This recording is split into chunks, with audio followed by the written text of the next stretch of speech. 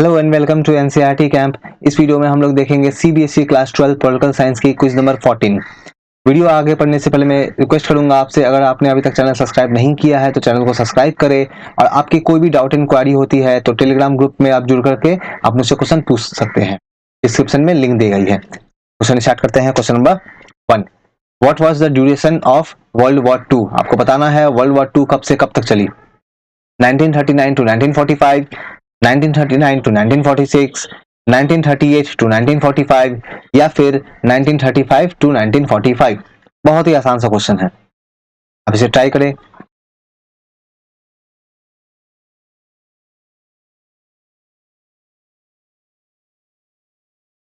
अब 10 सेकंड ले, 10 सेकंड में आप अपना आंसर कमेंट करके आप मुझे बताएं। ओके, आपने अपना आंसर जरूर कर दिया होगा। आगे बढ़ते हैं क्वेश्चन नंबर 2 की तरफ। Question number 2, the success of Security Council actions depends upon the dash support of the international community। Options देखते हैं। Military, option B economic, option C political या फिर ऑप्शन डी यूरोपियन। तो करेक्ट आंसर बताना है comment करके। इसके अलावा अगर आपको ये पता है तो आप मुझे ये कमेंट करके आप बताओ कि सिक्योरिटी काउंसिल में कौन कौन से कंट्री परमानेंट मेंबर है।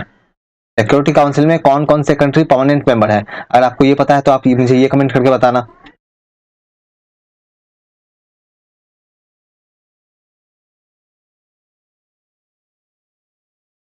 बहुत ही आसान सी क्वेश्चन है। क्वेश्चन नंबर 3 में हम लोग बढ़ते हैं आगे।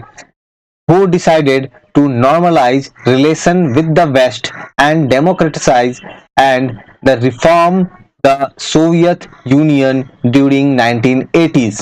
ऑप्शंस देखते हैं। Vladimir Lenin, option B Joseph Stalin, option C Boris Yeltsin या फिर ऑप्शन डी मिखाइल गोर्बाचेव।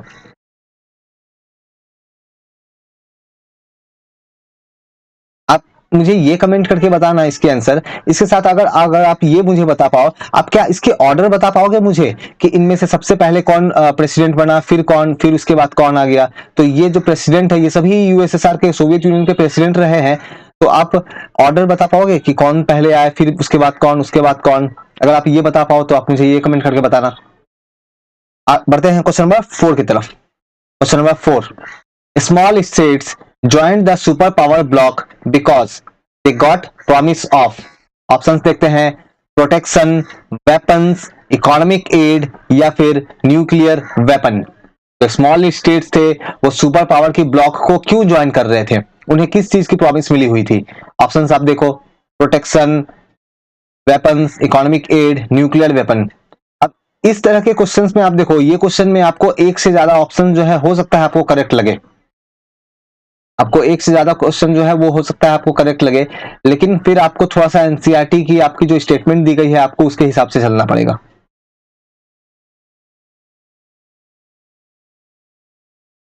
या फिर बेसिकली ये बोल सकते हैं, बहुत बार ऐसा होगा कि आपको एक से ज्यादा ऑप्शंस करेक्ट लगेंगे, आपको जो ज्यादा करेक्ट है आपको उसे मार्क करना होगा। ठीक है, बढ़ते हैं क्वेश्चन नंबर 5 की तरफ। Question number 5, India is a part of first world country, second world country, third world country या फिर none of this. India world कौन सी वर्ल्ड कंट्री की पार्ट है, फर्स्ट, सेकेंड, थर्ड। बहुत ही आसान सी क्वेश्चन है। आपके बुक में मैप के फॉर्म में ये दिया गया है, आप वहां पे देख सकते हो। वहां पे आप जरूर उस मैप से आप जरूर याद करने की ट्राई करना कि कौन कौन से कंट्री बेसिकली फर्स्ट वर्ल्ड में आती है, सेकेंड वर्ल्ड में, थर्ड वर्ल्ड में। आपके एग्जाम में क्वेश्चन दी जा सकती है। हो सकता है इंडिया के बदले आपके एग्जाम में क्वेश्चन दे दिया जाए कि USA is a part of first, second, third या फिर USSR is a part of. तो आपको ये पता होना चाहिए, आप वो मैप को जरूर रिफर करो। क्वेश्चन नंबर 6 में बढ़ते हैं। In which year NATO came into existence. NATO कौन सी साल में, कौन सी ईयर में एग्जिस्टेंस में आई थी। 1947, 1991, 1945 या फिर 1949। इसके अलावा आप मुझे ये कमेंट करके बताना कि नेटो की फुल फॉर्म क्या है। आप मुझे ये कमेंट करके बताना कि नेटो की फुल फॉर्म क्या है, अगर आपको पता हो तो। जो भी क्वेश्चंस मैं आपको कमेंट करने के लिए पूछ रहा हूं या वर्बल वे में पूछ रहा हूं, ये सभी क्वेश्चंस की बहुत हाई चांसेस है कि एग्जाम में आपसे पूछे जाए, तो इसीलिए आप जरूर इसे कमेंट करके आप बताओ। बढ़ते हैं क्वेश्चन नंबर 7 की तरफ। Eastern alliance was known by which name? So eastern alliance को और कौन से दूसरे नाम से हम लोग जो है जान सकते हैं? ऑप्शंस देखते हैं। SEATO, option B Warsaw Pact, option C NATO, या फिर ऑप्शन डी नैम।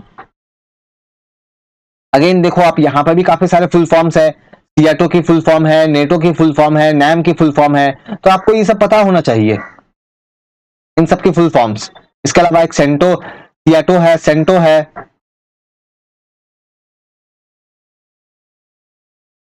आप 10 सेकंड के अंदर जल्दी से कमेंट करके आप बताओ मुझे।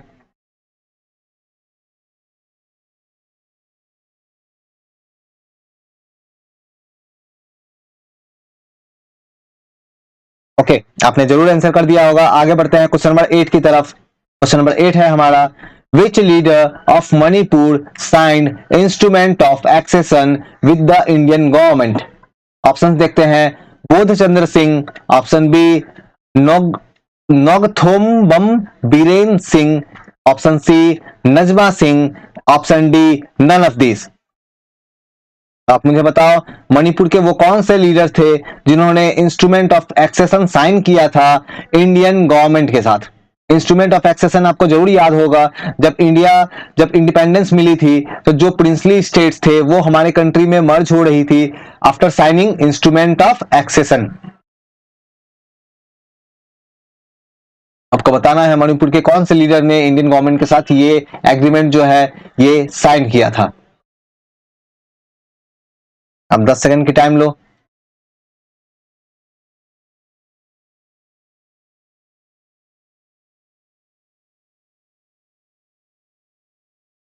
ओके, आपने आंसर कर दिया होगा। Question number 9, assertion reason, many policy of 5 year plan could not achieve expected result. Reason है the land owning class had a lot of social and political power. आपको बताना है इनमें से कौन सी ऑप्शंस जो है वो करेक्ट होगी। इसके लिए आप 20 सेकंड की आप टाइम लो इस क्वेश्चन के लिए।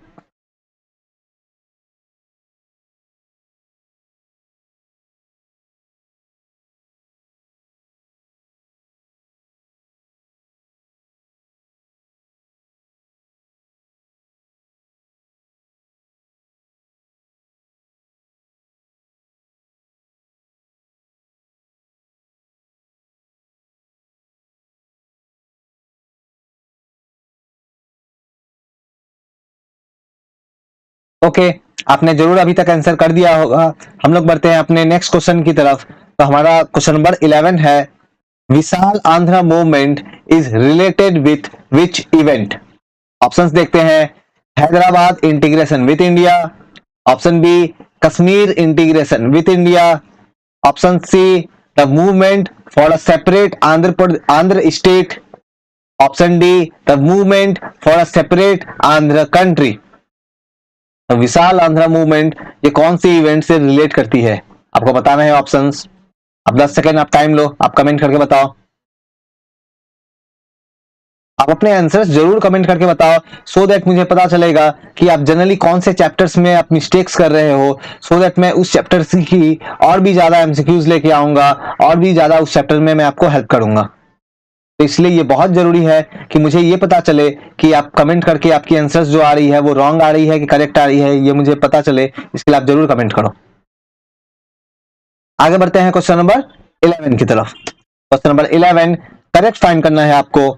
स्टेटमेंट हम लोग देखते हैं। Statement 1, people in East European country which were the part of Soviet bloc started to protest against their own government and Soviet control.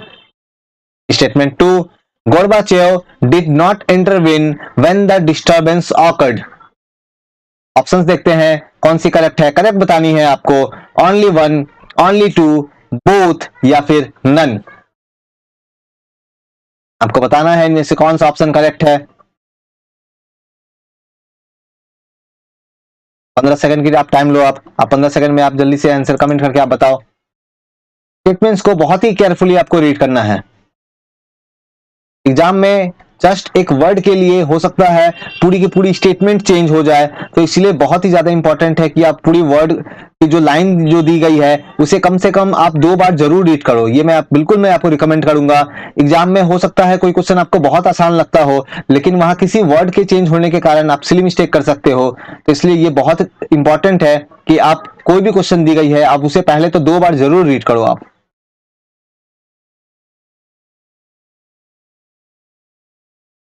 Okay, आपने आंसर जरूर कर दिया होगा। आगे बढ़ते हैं क्वेश्चन नंबर 12 की तरफ। Question number 12, when the state of Manipur became a constitutional monarchy। Statement options देखते हैं। अगस्त 1947, जनवरी 1950, जून 1948 या फिर जून 1947। अब 15 सेकंड की टाइम लो।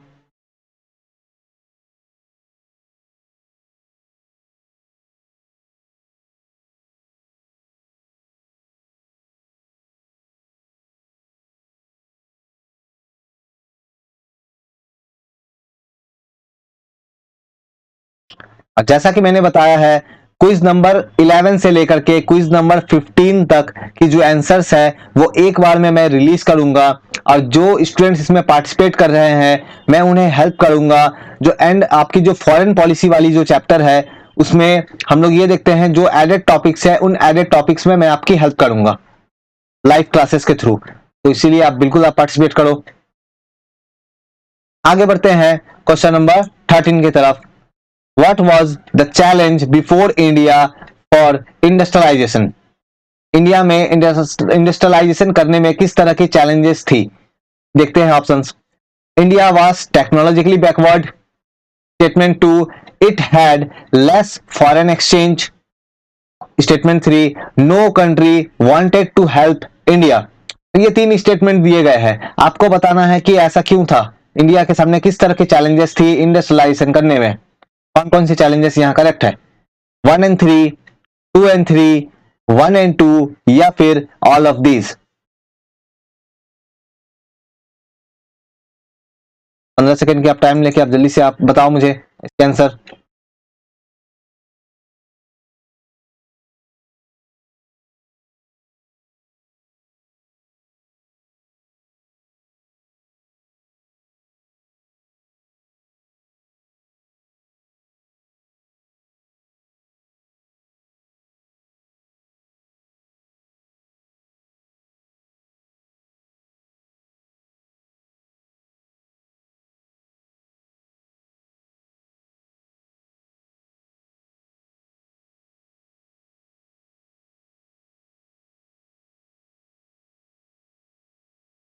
ओके, आपने जरूर आंसर कर दिया होगा। आगे बढ़ते हैं question number 14। Question number 14, find incorrect. Incorrect find करना है। Gorbachev initiated the policy of economic and political reform and democratisation with in the country. Statement 2, the reform were supported by leaders within the communist party। आपको incorrect बताना है, कौन सी incorrect है? Only 1, only 2, both या फिर none. जल्दी से answer बताओ आप मुझे, कौन सी इनकरेक्ट आपको निकालनी है यहाँ पे। मैंने रिसेंटली अपने चैनल पे एक पोल किया था, वहां मैंने अपने सभी स्टूडेंट से पूछा, और अपने टेलीग्राम पे भी ये पोल करके मैंने आपसे पूछा है कि आप बताओ, अभी पॉलिटिकल साइंस लगभग कंप्लीट हो गई है, आप आगे किस तरह की वीडियो जो है आप चाहते हो कि किस तरह से मैं और आपको पॉलिटिकल साइंस में हेल्प कर सकता हूं। आप मुझे कमेंट करके बता सकते हो, या फिर आप उस पोल में पार्टिसिपेट करके आप वहां से भी आप मुझे बता सकते हो। तो आप जल्दी से बता दो क्वेश्चन नंबर 14 के आंसर। इनकरेक्ट बताना है आपको।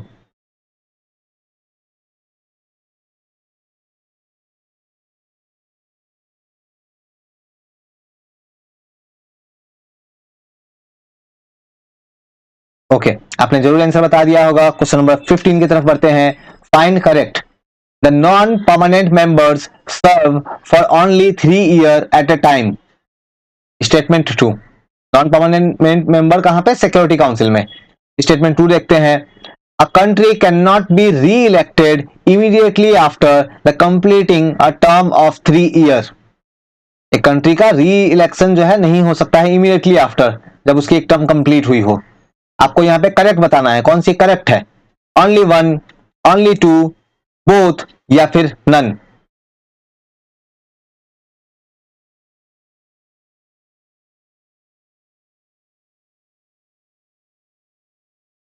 आप अगर मुझे बता पाओ तो आप मुझे एक बार ये बताना कि यहाँ पे देखो जो नॉन परमानेंट मेंबर होते हैं अभी तो 10 है, पहले कितने थे, पहले थे 6, है ना, पहले 6 थे, बाद में उन्हें इंक्रीज किया गया था।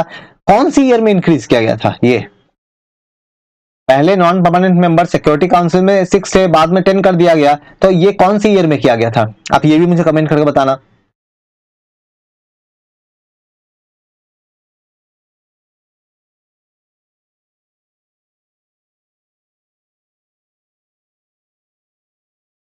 आगे बढ़ते हैं क्वेश्चन नंबर 16 की तरफ। आपने जरूर अभी तक आंसर कर दिया होगा। Question number 16, find correct. Triglav Lay worked for the ceasefire between India and Pakistan on Kashmir, and Triglav Lay was first UN Secretary General. Correct बताना है आपको कौन सी करेक्ट है, only one, only two, both या फिर none. आप 10 second की आप टाइम लो।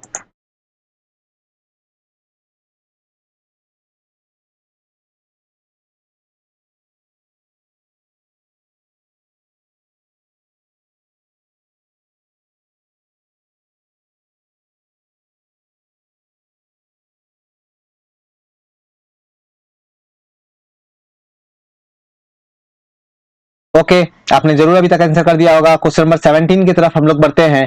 क्वेश्चन नंबर 17 है, a 5-year plan has the advantage of permitting the government to focus on, options देखते हैं, long term intervention in the economy, option 2, option B है short term intervention in the economy, option C middle term intervention in the economy, या फिर option D long term intervention in the politics.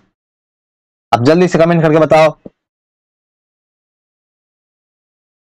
और हमारे 3 question अब रह गए हैं इसके बाद। और अभी तक आपने अगर चैनल सब्सक्राइब नहीं किया है तो चैनल को बिल्कुल आप सब्सक्राइब करें। आप ये क्विज जो है आप अपने दोस्तों में शेयर करें, जिससे हमारी बहुत हेल्प होगी।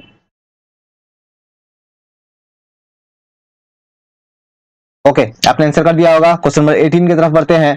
Find incorrect. The Central Asian republics wanted to remain with the Soviet federation.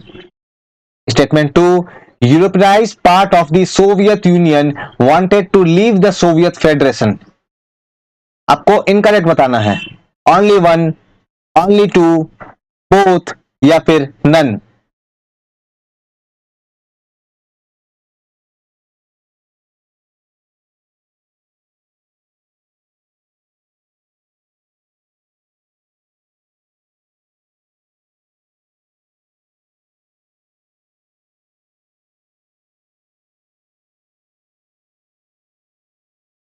जल्दी से आप बताओ कमेंट करके। क्या आपको पता है सेंट्रल एशियन रिपब्लिक्स जो है कौन कौन से कंट्री थे उसमें? सेंट्रल एशियन जो रिपब्लिक्स जो थे, जो सोवियत यूनियन के पार्ट थे, कौन कौन से कंट्रीज थे उसमें? तो मैं एक कंट्री के नाम बता देता हूँ, कजाकिस्तान। आप बाकी के जो बच गए आप उसकी नाम अगर आप बता सकते हो, आपको किसी भी कंट्री के नाम याद है तो आप बताना मुझे। आपको पांचों कंट्री, ओके, मैंने नाम नंबर बता दिए आपको। सभी जो सेंट्रल एशियन कंट्री जो थी आपको उनके नाम पता होने चाहिए, आपसे एग्जाम में पूछा जा सकता है। Question number 19, in which year the state of Gujarat was created. मैं माफी चाहूंगा, यहाँ पे ये वॉज होना चाहिए, गुजरात वॉज क्रिएटेड 1956, 1966, 1960 या फिर 1972। बहुत ही आसान सा क्वेश्चन।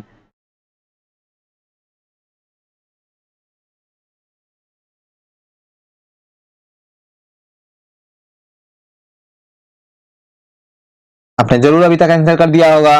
और हमारे लास्ट क्वेश्चन की तरफ हम लोग आगे बढ़ते हैं। Question number 20, find incorrect. The relationship between Russia, the successor to the Soviet Union, and the US is much more cooperative. Statement 2, the economists of Asia are growing at a sluggish rate. आपको incorrect बताना है, only one, only two, both या फिर none.